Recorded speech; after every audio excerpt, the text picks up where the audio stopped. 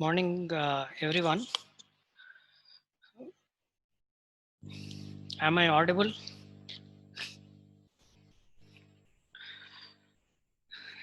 Yeah. So this is a second of the series of lectures. Lectures are, I should say, more of a doubt clearance sessions that I have been organizing on the NEP. Yesterday we had one for school teachers, and this one today is specifically for parents. So this will be a 1 hour session. In the 1 hour, I would be spending about 25 to 30 minutes on sharing the highlights of the NEP. And in the second part, what I would be doing is I'll be taking any questions that you have, and I'll try to answer them to the best of my knowledge. So, can I request all the participants to mute themselves? If you have any question, you can always unmute yourself and ask a question.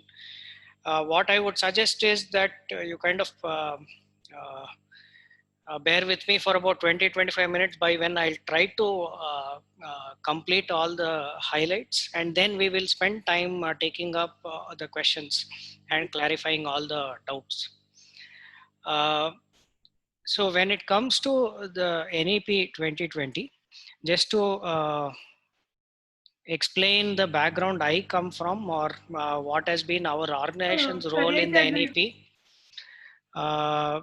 I should mention that we have been a part of the drafting process of NEP from the very initial days.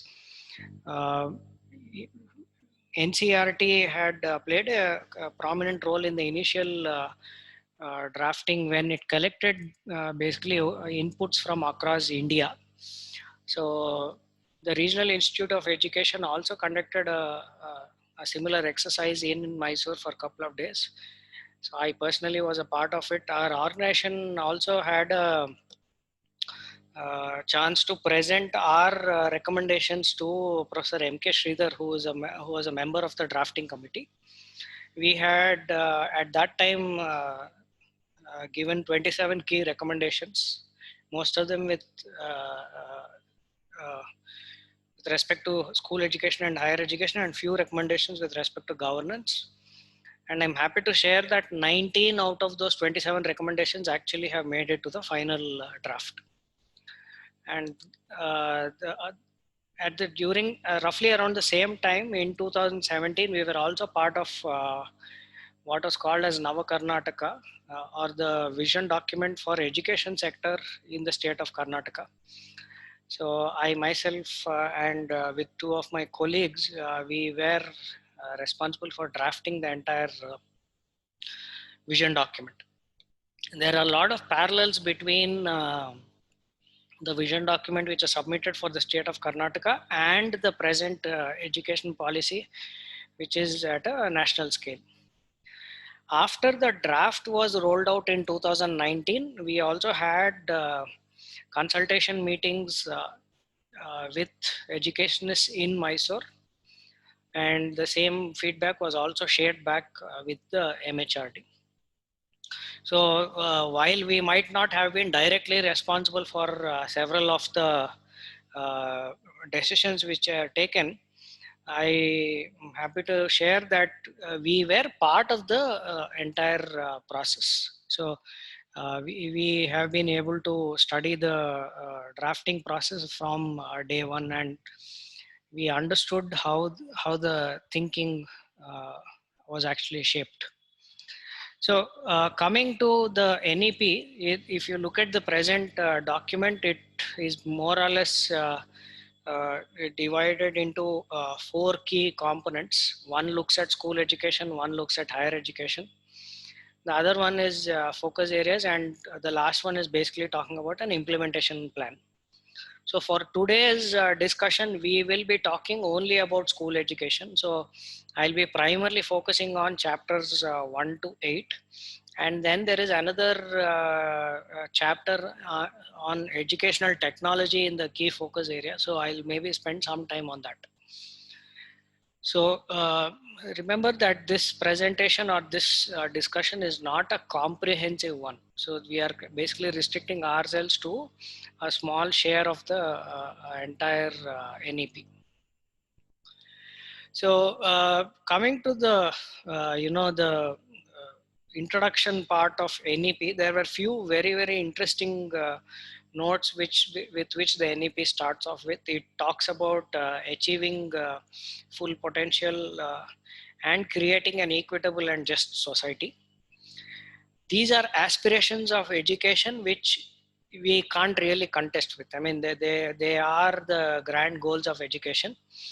And it is also in alignment with the sustainable development goals of the United Nations. So goal number 4 of the sustainable development goal talks about ensuring inclusive and equitable quality education. And the idea is we should be able to provide such education for every single child in the country. So the target for the sustainable development goals is 2030. So this NEP, throughout the document, you will see that it is repeatedly spoken about reaching such a goal by 2030. The next one is, there is another very key theme of this is it talks about education towards basically decreasing the content and increasing the focus on critical thinking and problem solving ability, which is a very welcome change. And this has been repeatedly mentioned in multiple locations, along with talking about holistic education as a central theme. So these are two key components which are repeatedly seen, including the curricular reforms or the systemic reforms or even the assessment reforms. All of them have this common theme. The second one, the second key theme, I would say, talks about the pedagogy, and the pedagogy is expected to be more experiential, holistic, inquiry driven, and flexible. So bringing in flexibility, bringing in more options for the children to choose from is another big theme throughout the NEP.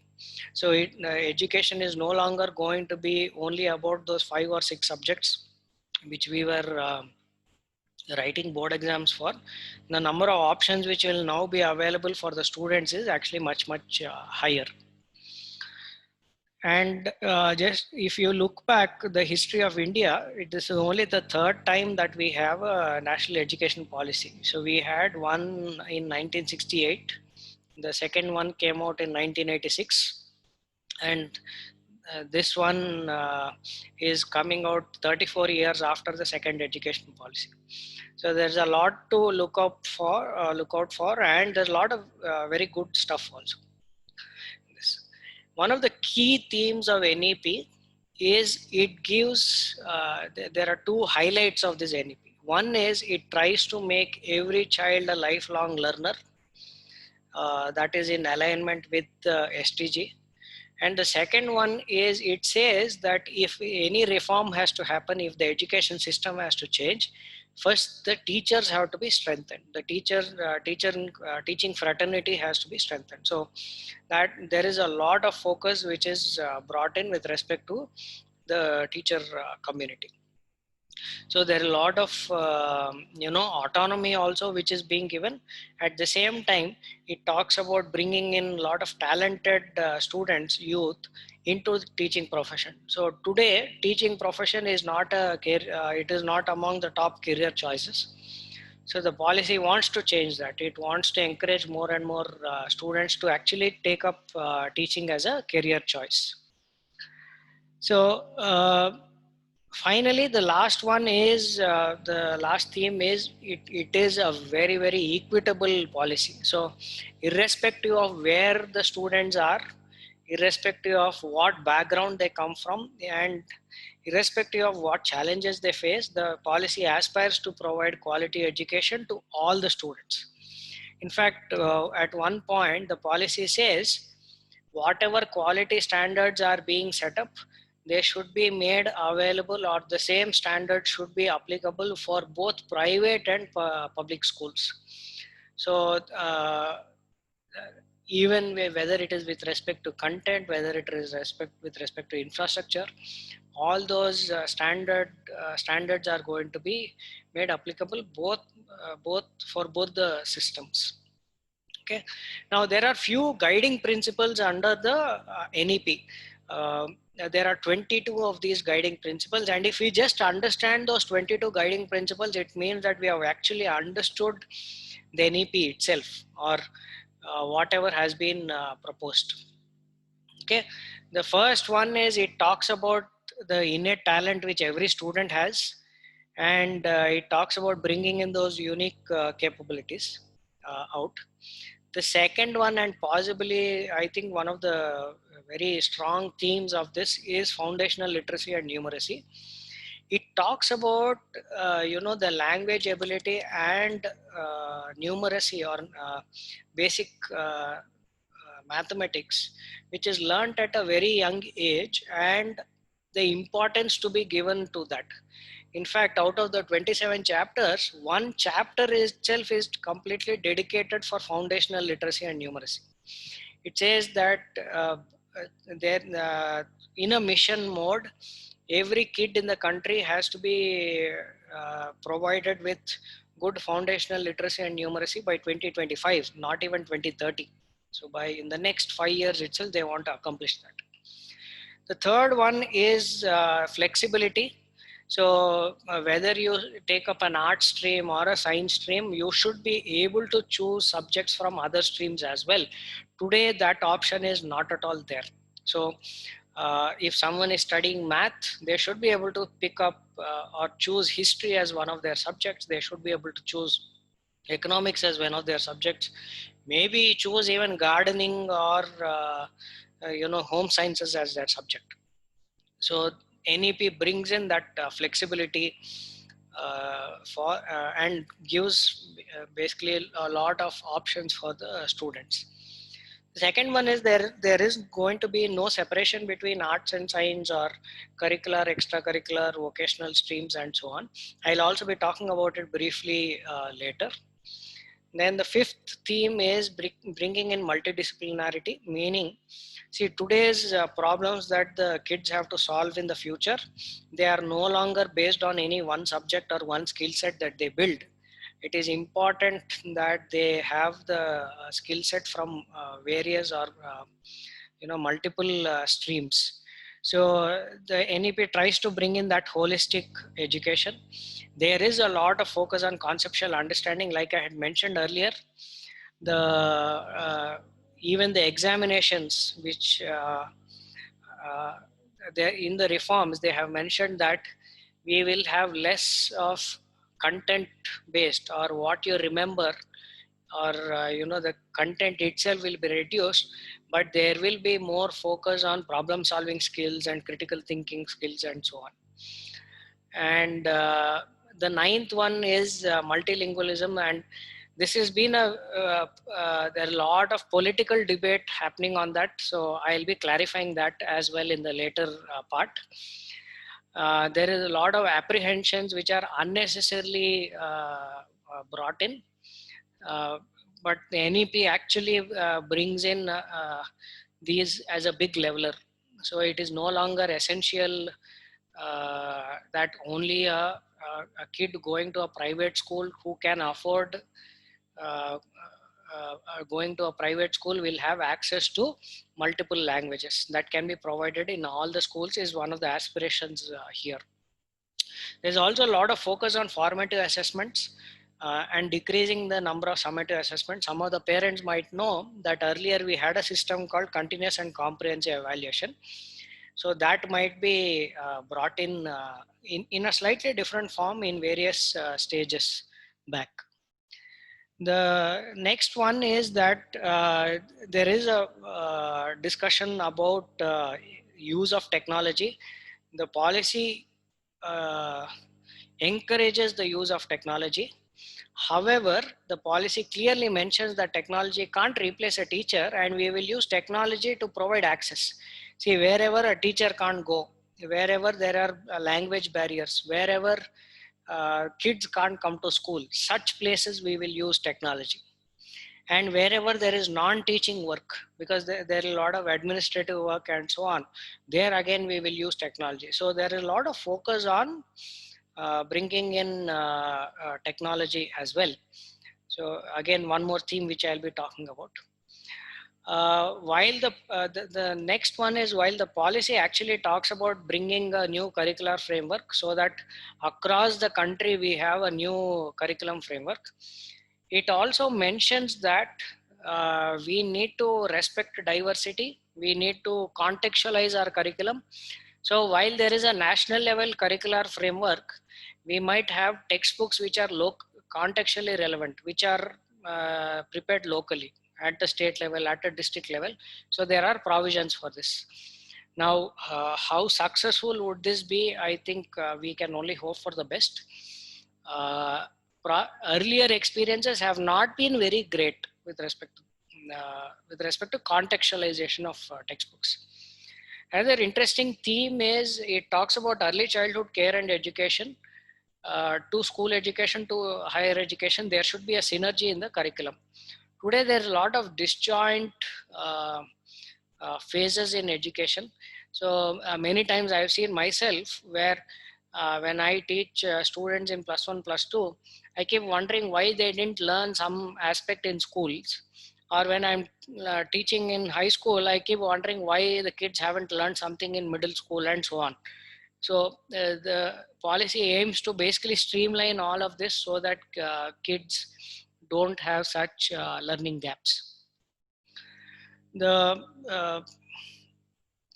When it comes to the system, or in terms of the governance, I think it talks about a more participatory framework for administration. In fact, at one point it talks about the school development and management committees, which they expect it to be more participatory. They expect decision making to be more decentralized, to happen more at a school level. Then I think there is also the 20th point also highlights which one more key guiding principle. In fact, there is a chapter which is again dedicated for this, where it talks about the Indian traditional learning systems, which are known to be, or which have been proven to be very successful learning systems. So how do we bring back those? We might not imitate our past, but what are the learnings that we can bring back from our past and use it in our present day system is one of the thoughts. And as I mentioned, education is a basic right of every child. So how do we bring that in is one more aspect which is being spoken about. There is a discussion about substantial increase in public, government fund investment, or the amount of money that government spends on education. Again, this is something which is very, very aspirational. We can only hope that it will improve. So coming to the school education, what I'll now do is I'll run through each of these sections very quickly. This is one diagram I'm sure everyone has gone through. So instead of having 2 plus 10 plus 3, we will have a 5 plus 3 plus 3 plus 4 system. Now, it is 15 years of school education. But what it also brings in is there is a regulatory mechanism which is earlier not there at a play school level or a kindergarten or a Montessori. For example, if a school is running a KG section, it was never under the purview of the education department, nor was the curriculum being tracked. There was no syllabus, nothing was being mentioned. So now that will also be one of the focus areas. Additionally, if you see, it also clearly indicates that pedagogical methods that we will use. At foundational education, we will have more playful or an activity based learning. Preparatory levels, we move towards more discovery or interactive classroom modes. In middle stages, we will move towards experiential learning. And then finally, we come to multidisciplinary learning. So this 15-year structure, just to run through quickly, we never had, like I mentioned, early childhood care and education. When the kids are in the age group of 0 to 6, 6 years, we never had any proper structures in place. So the policy recommends that we come up with a new curriculum framework for 0 to 8 years instead of what was thought of early childhood education as 6 years. Now it is being planned for 0 to 8 years, of which 0 to 3 years will be a sub theme where they will not come to school, but there is a learning that has to happen. So there is one structure for that. And 3 to 8 years, 3 years to 8 years, that is 5 years of what is now going to be called as foundational education. They will come to school and there is a curricular framework for that. The second important thing is there was no requirement of a qualified teacher at that level earlier across India. So no one was a qualified kindergarten teacher, if I have to say that. But now the policy is saying that that is no longer going to work. We will have two different programs for helping teachers qualify and be trained to provide good quality early childhood care and education. Then when it comes to this pedagogy and the curricular breakup, like I mentioned, uh, we are going to have more experiential and activity based learning. So when it comes to experiential learning, especially from third standard onwards, we are going to have an arts integrated or a sports integrated learning models which will be available. Additionally, because we are looking at experiential learning, vocational education will now be an option from grade 6 onwards. They can choose that as one of the subjects. And in fact, the policy has gone to a level where they said even internships can be taken up by children in in any particular vocation that they want to pursue from grade 6 onwards. Now, I can add that this is definitely not a new thing because it was being tried out in few schools earlier, but now as it is a policy mandate, it will become something which will be implemented across all the schools. The second thing is there will be a lot of flexibility in course choices. More and more subjects will be made available by the schools.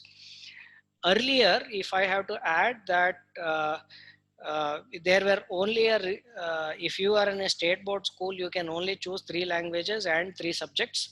Most of the times it is determined by what the school offers.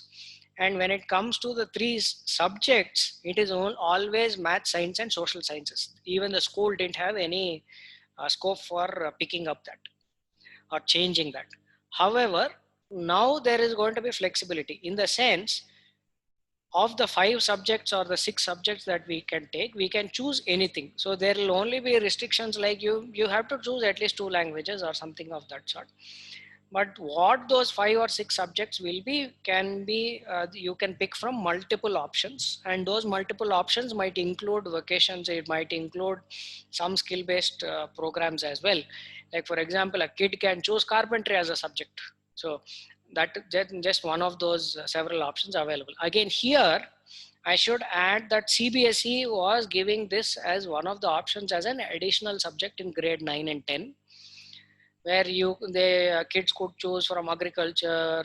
Some kids could take financial markets. Kids could take some introduction to basic economics and things like that as few of the subject choices. Now that is going to be made more like a standard option across all schools. Even in the existing subjects, the subjects will also be offered at multiple levels. Like if a kid is really talented, wants to take up a tough subject, so mathematics at a higher level, mathematics at a regular level, so there would be 2 or 3 options available. Again, to some extent, CBSE had just started implementing these. Now they will be made available across all the systems or boards is one of the policy recommendations. Then coming to the language and possibly the most contentious part of the policy, my belief is after going through the policy does not remove any options from the students. First thing. The second thing is, I think this issue has been exploited more as a political game than actually looking at it from the children's point of view. Now, the policy says that children have a capability to learn lots of languages, multiple languages from the age of 2 to 8. What the policy clearly says is, we should give as many options as possible to the students. Minimum 3 languages should be given. However, the policy doesn't mention what those 3 languages should be. You can choose what those 3 languages will be or can be. Okay, that is one thing. The second thing, the policy also highlights that if someone is learning in their mother tongue, they have a tendency to learn faster. They have a tendency to be able to think or articulate the thinking process. So wherever possible, we will use a bilingual approach to education. That is one thought. Now, that doesn't make it mandatory that all schools have to implement only that bilingual approach, or that also does not mean that now if people are from the state of Karnataka, everyone starts learning in Kannada medium. That is not the case. It says you can choose to learn in English. Aspirationally, if you are not very well trained in English, you can choose for a bilingual approach where you are taught parts in Kannada and partly in English. However, that choice of what you take is always with the student. It is not enforced upon any of the children. Additionally, from grade 6 onwards, in the global context, there is a recommendation that even foreign languages can be offered for children to choose from. Then, like I mentioned, there is a curricular integration which is being spoken about. There is a new national curriculum framework which is going to be designed. The last curriculum framework came out in 2005. So the policy recommendation is that we come up with a new curriculum framework in 2021, which will be the basis for new textbooks and assessment patterns. Okay. And when it comes to assessment, the assessment should focus on student development and not necessarily on what the student remembers. So the focus is going to shift from what you can write in a board exam towards what you can basically be able to apply from whatever knowledge you have gained. So again, there was some confusion about board exams. So let me clarify that board exams for grade 10 and 12 are going to continue. They will be redesigned. The focus will on knowledge. What you learn in 8 months of schooling, you have to replicate in the exam. Is that I think that focus is going to come down. Additionally, there is now going to be a national center for assessments which is going to be set up. It is called as PARAK, Performance Assessment Review and Analysis of Knowledge for Holistic Development. This center is going to look at assessment in a much more comprehensive manner. Now, some of you parents might be knowing that we have, in the management parlance, we have what is called as a 360-degree assessment. So the idea is to bring in such a 360-degree assessment into your school report cards. So we are going to look at every kid is going to be assessed by himself or herself. Every kid is going to be assessed by his or her peers. Every kid will be assessed by parents, and every kid will be assessed by teachers. And this is not going to be a one-time assessment of what is written in only in an answer sheet, but this will be an assessment of over the period of 15 years. Okay, then I think this is the last point which I mentioned here is one of the great additions or of this education policy, where it talks about support for gifted students.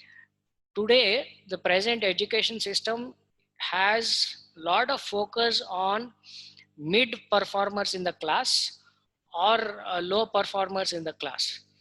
But for the first time, the policy also talks about what support systems we will create for the high performers in the class. In fact, the policy has recommended that we have specialized teacher training programs to support such students as well. Okay, then coming to teachers, like I mentioned, the policy recognizes that teachers play a central role for bringing in education reforms. So there is a lot of importance which we have to give to teachers. So that has been highlighted here. And there is a lot of focus on continuous professional development of teachers. So a lot of uh, course structure, like for example, the B.Ed program is being revamped. There are new post B.Ed certificate programs which are going to be rolled out. So a lot of focus is brought in for those teacher trainings, teacher quality as well.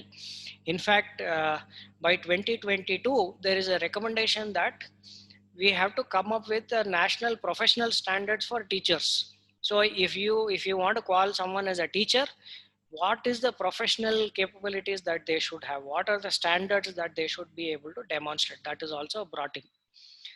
Now, then I made, that there is a lot of focus on inclusive and equitable education, which I don't want to spend too much time on. One of the aspects is technology. Like I mentioned earlier, there is a lot of discussion about the increased use of technology, but it is also mentioned that increased use of technology doesn't decrease the role of teachers. So technology will be able to provide more access to education is what is being brought out. Now, just for the sake of the students, I thought I'll also add one section or just a slide on higher education. What all is there in higher education? See, today, only 1/4 of the students actually go for higher education beyond +2. So the goal of this policy is that we ensure half of these students go to higher education. Now there is a lot of flexibility again provided in higher education. So you can choose subjects. And in fact, one of the things which I really liked is there is a multiple entry, multiple exit. Like for example, suppose you're doing a 4-year engineering program, you can enter in the first year, and if you complete first year and exit the program, you will get basically a certificate degree. I should say a certificate in engineering. If you complete the program for 2 years and exit at the end of 2 years, you will get a diploma in engineering. Then if you complete 3 years, then there is I think an advanced diploma or a postgraduate, I think an advanced diploma. And if you complete 4 years of engineering, then it is a bachelor's degree that you get. At the same time, suppose you have exited and year 1, you can always go back and join in year 2. You need not join in the first year again. So there is an academic bank of credits which you have created, which you would have created. So wherever you leave a course, you can go back and join in any university of your choice. It's not necessary that you have to go back and study the same course and things like that. And all these standalone universities are going to go. I think this is a big policy decision again. In fact, the present model is all the engineering colleges are affiliated to one university, all the medical colleges are affiliated to one university and things like that. So the focus is now to bring in a multidisciplinary approach towards them. And the big policy change again is, so far in India, we have not had any foreign university being allowed to come and set up their campuses here. This policy is allowing foreign universities to come to India. So to go to a foreign university, you need not go to Australia, US and Canada now. they will be able to set up their own campuses in India also. So it will make quality education more affordable and accessible, quality higher education more affordable and accessible. There are few outcomes which the entire thing looks at, which is not directly relevant at this point, but there are few realistic targets and few very ambitious targets which the policy sets out with. Okay, so I'll stop here. I just like to mention that two of the members of the drafting committee, one Professor M.K. Sridhar and Dr. Kasturi Rangan, who was the chairman, they would be joining us on Saturdays for some programs. I'll be sharing those details. You can join those sessions as well. Okay, so I would at this point stop, and I can take any questions that you have. You can unmute yourself and ask the questions.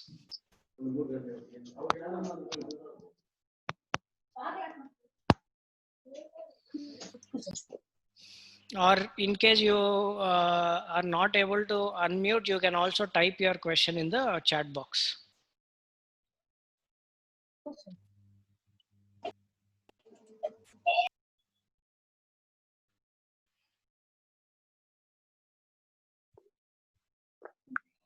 Sir, Yes. I came a little late. I came 10 minutes late, so I could not come first. Yeah, I'll be able to share the entire presentation. What I would suggest is, in case you need access to the presentation, you can send me a message over WhatsApp or over email. I'll be able to share this presentation along with the recording with you. So you will be able to go back to the entire thing. Okay, sir. Excuse me, Praveen. Yes. Morning. Yes, ma'am. I Please. have a doubt. Yes, ma'am. Yeah, please go ahead. Related to this varied certificates, diploma, and then certification course and all. Yeah. What about the job opportunities for these people? Suppose they quit at the first year or at the second year. Ma'am, one thing is, I think across the world, then now the trend is to focus more on skill-based recruitment and less on degree-based recruitment. In fact, So simultaneously, those changes also should take place. Yes, yeah. So in fact, in the big companies like Microsoft and Google, they have already announced it as a policy that we will no longer recruit people based on what degrees or which university they study in, but based on what skills they have. So, and in fact, this was also announced very recently by the US government. In fact, for government recruitment itself as a country, they have moved towards skill-based recruitment, which is going to be the general policy across. So, it will not really matter what certificates they have, whether it's a bachelor or a diploma certificate, but if they are skilled and talented, they will definitely be job opportunities. Okay. The deserving will get the job. Yes, yeah. Okay. Thank you, Praveen. Thank you. And there is a one question here in the chat box. The question is NEP applicable to the present batch of students? I can only mention one thing. See, the present policy, whatever is there, it will not be implemented in totality from day one. Okay. Generally, the approach is that whatever are the easier pieces we start implementing first. And in some cases, there is also a preparation that has to be done. For example, if we have to make early childhood education compulsory for everyone, first there should be a curriculum which is drafted. Then there has to be a teachers training program which is rolled out. Then we have to ensure all teachers will get trained, and only then we can make it mandatory for everyone. So it is a stepwise process. So for the kids who are in school already, they will not be able to see the policy implemented in totality from day one. In bits and pieces, they will definitely be able to see the implementation coming up. Okay. And even for the options, multiple options to be rolled out for the, I mean, at the school level, one thing which you have to note is that the schools also have to be equipped to provide so many options. It might not be possible for the schools to give so many options on day one. So it will be a long drawn process. It will take maybe 5 years. It might take 6 years or maybe even 10 years to implement the entire policy in its totality. So don't expect that it will happen on day one. Okay. Then yeah. Yeah, so there is another question about uh, teachers who have finished Montessori training. I don't want to comment on this right away, but just one clarification which I can give is that when the NCTE, the National Council for Teacher Education, rolls out a model, there will definitely be a clarification with respect to already qualified teachers. See, the teacher training programs, there might be hundreds of teacher training programs for future teachers, but there will definitely be a component which will look at existing teachers and whatever capacity building that has to happen for them. So that will definitely be contextualized. Okay, any other questions?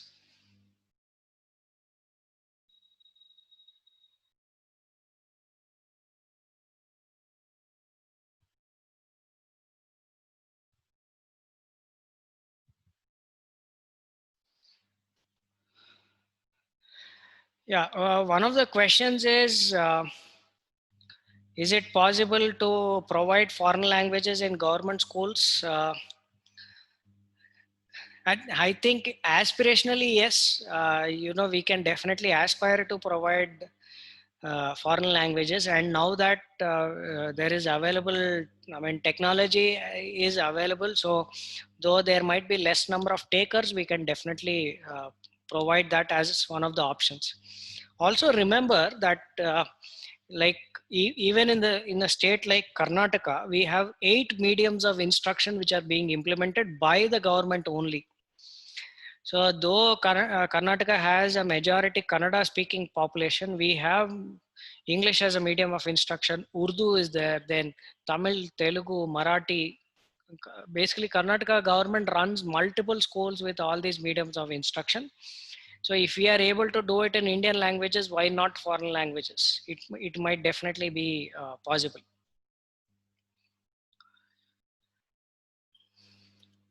So a kid presently studying in 3rd standard, what will be the impact? I don't think you will be able to see anything right away in the next 2-3 years, because one of the things that the policy also mentions is that first we will prepare the teachers for this change, and then we will be able to bring out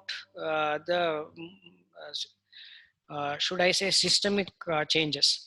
So for someone studying in 3rd standard, maybe by the time you come to 6th or 7th standard, education would become definitely much more flexible. You will be able to choose from a larger number of subjects.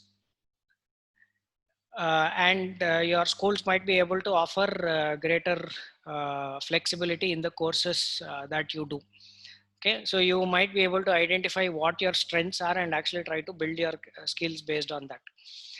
And what would be the impact on the stakeholders, students and teachers and management? Like I had mentioned, for students, the focus would be more on enhancing your strengths, bring in more flexibility, and for teachers, I think there is a lot of unlearning that has to happen, as well as skilling that has to happen for the newer education system that we are going to bring in.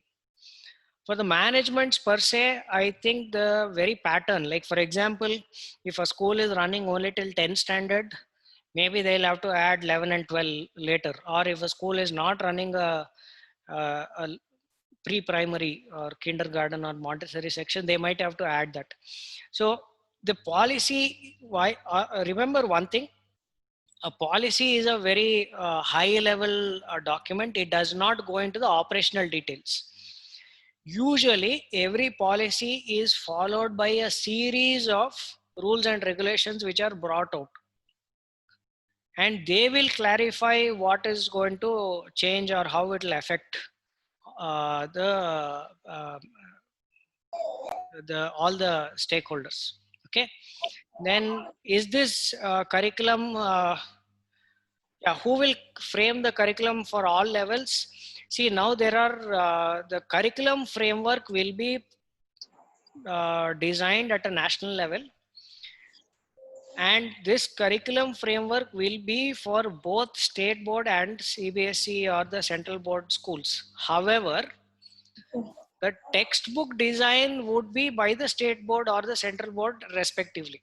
So a curricular framework is going to be like a broad outline of what all should be there in the syllabus, but designing a textbook based on that curriculum framework will be done by the respective boards only. Okay, so this policy for that matter is going to be applicable for every student in the country, irrespective of what boards they study in. Now, how the boards will implement it is a decision to be taken at the board level. Okay, and there is a question about will the boards be merged? The boards will not be merged. They will stay independent. There is no discussion about the same in the policy.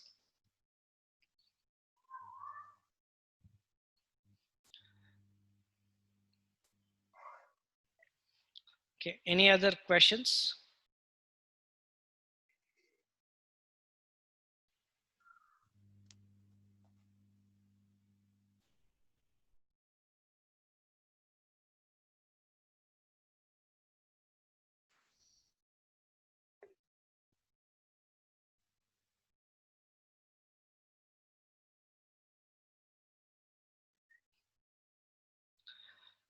Okay,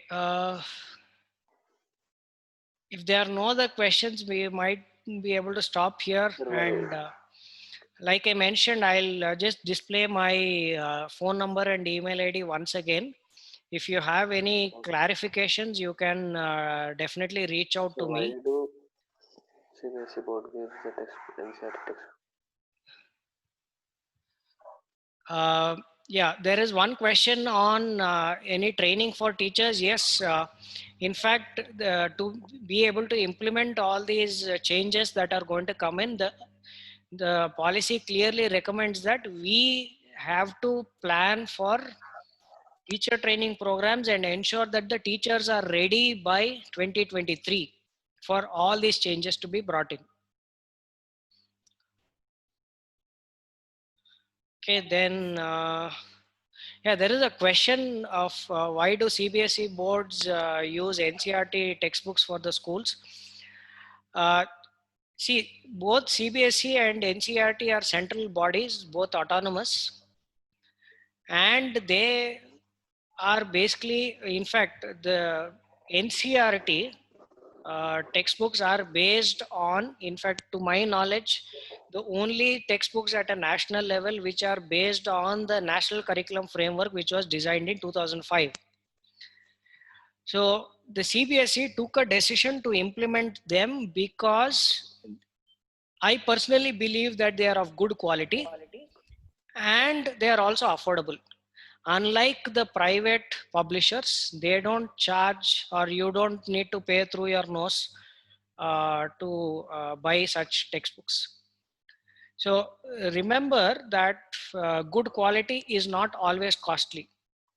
In the case of these NCERT books, they are affordable as well as good quality. Okay. Oxford textbooks, there is a discussion about that here. I personally don't think Oxford textbooks are possibly the best textbooks. Okay, so again, we might have different opinions about it. there is a question about when is the policy going to be implemented. Just to clarify, the policy from the day the union government's cabinet has approved it, the policy is in implementation. But when it comes to implementing each of the recommendations, it will not be implemented in one go. It will be implemented in bits and pieces. So each part, one at a time, will be implemented. The policy clearly states that the first set of reforms which they want to bring in is with respect to teacher training, teacher education. In fact, the policy has one dedicated chapter just for teachers in school education. And then there is another dedicated chapter just for teacher education in the higher education part. So the policy clearly mentions that they will start with teacher reforms first. Okay. Faculty for vocational courses is something which has not been clearly highlighted. I think that will be brought out in what is called as the National Curriculum Framework for Teacher Education, which is going to be brought out in 2020. No,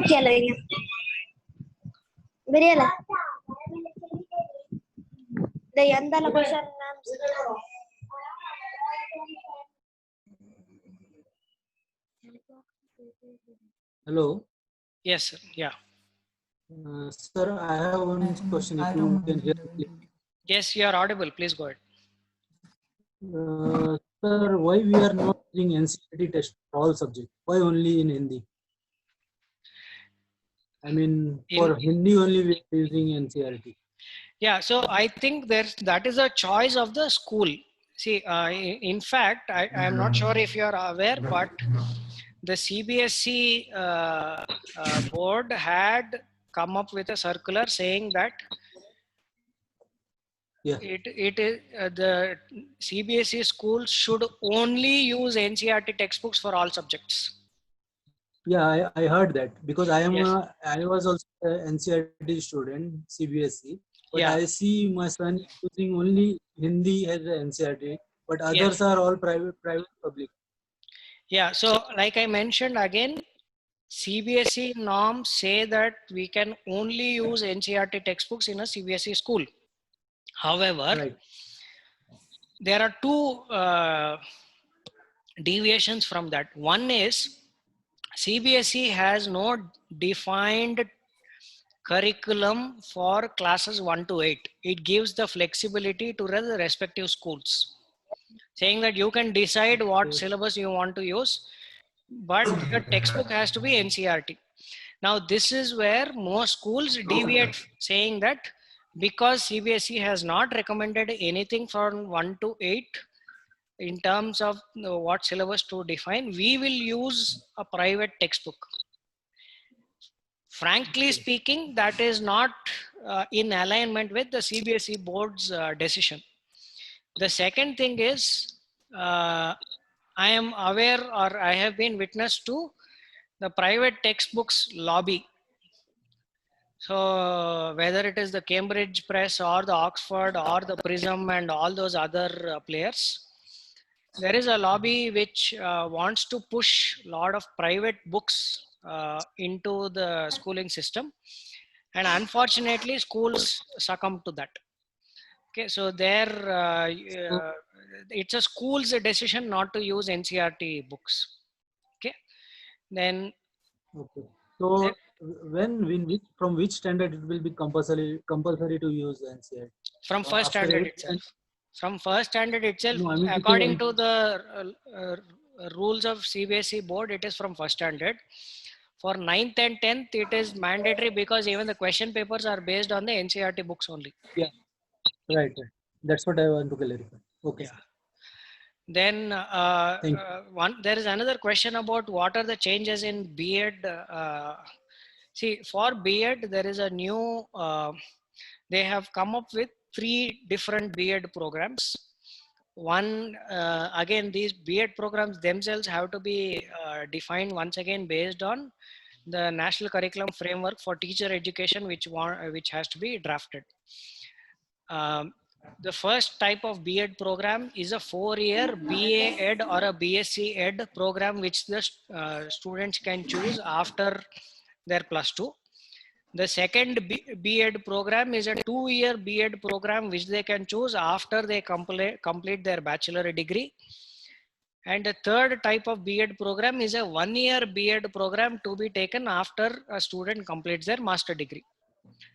Now, what should be the content of that B.Ed program? I think that will be decided only after the NCFTE is drafted. And that is expected according to the education policy, that is expected in 2021 and 22. Okay. Then, yeah, with respect to students getting transferred from one state to the other, mother tongue and being given importance, like I mentioned clearly again, remember that mother tongue being given importance is a choice, is a recommendation. It is not mandatory. So please don't take it that all schools will start implementing this bilingual approaches. Okay. Then what are the changes? Board exam formats, like I mentioned, they will continue. In fact, there is a recommendation that we have to have some centralized exam at the end of 5th and 8th standard as well, in addition to 10th and 12th. However, the exams would not be based on what you learn in 8 months and then you have to take up the exam in 3 hours, and entire certificates will be based on that.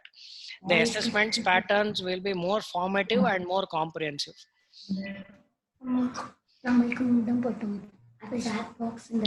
There will be changes. I am hopeful that there will be changes in the civil services exam, but however, the civil services exam by itself is definitely outside the purview of the education policy, because the civil service exam is a government recruitment method that has got nothing to do with the education policy. Okay. Now there's another question about the 3-language formula in primary school. Will it help? The general belief of educationists is that multiple languages will help. Now, implementation challenges will definitely be there. We will try to, again, one step at a time, we will have to solve those challenges which will come up. Okay. There is another question about will the policy affect the current academic year? I don't see any changes being made to the current academic year from the policy point of view. Okay, but they will definitely start affecting the way we run the B.Ed programs and so on. In fact, if you are interested, like we have lots of standalone B.Ed colleges. So the policy clearly says that by 2030, all standalone B.Ed colleges have to be shut down. So it says that B.Ed colleges have to be made part of multidisciplinary education. Okay. I have displayed my email ID and phone number here, and you can always contact me or write to me for any further clarifications. There is another question on maths. Do we have maths, 2 maths levels? Yes. In fact, they are available already in a CBSE school. There is an applied math and a basic math which is already available. The idea is to make such options available across multiple subjects.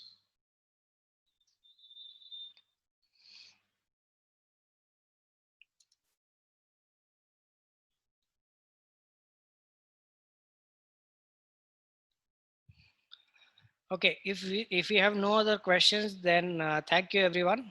And I'll be sharing the PPT along with any other doubts you have. I would be more than happy to clarify. And you can contact me. If in case I'm not able to respond to a phone call, you can drop a message. I'll be able to respond via SMS or WhatsApp. Thank you everyone.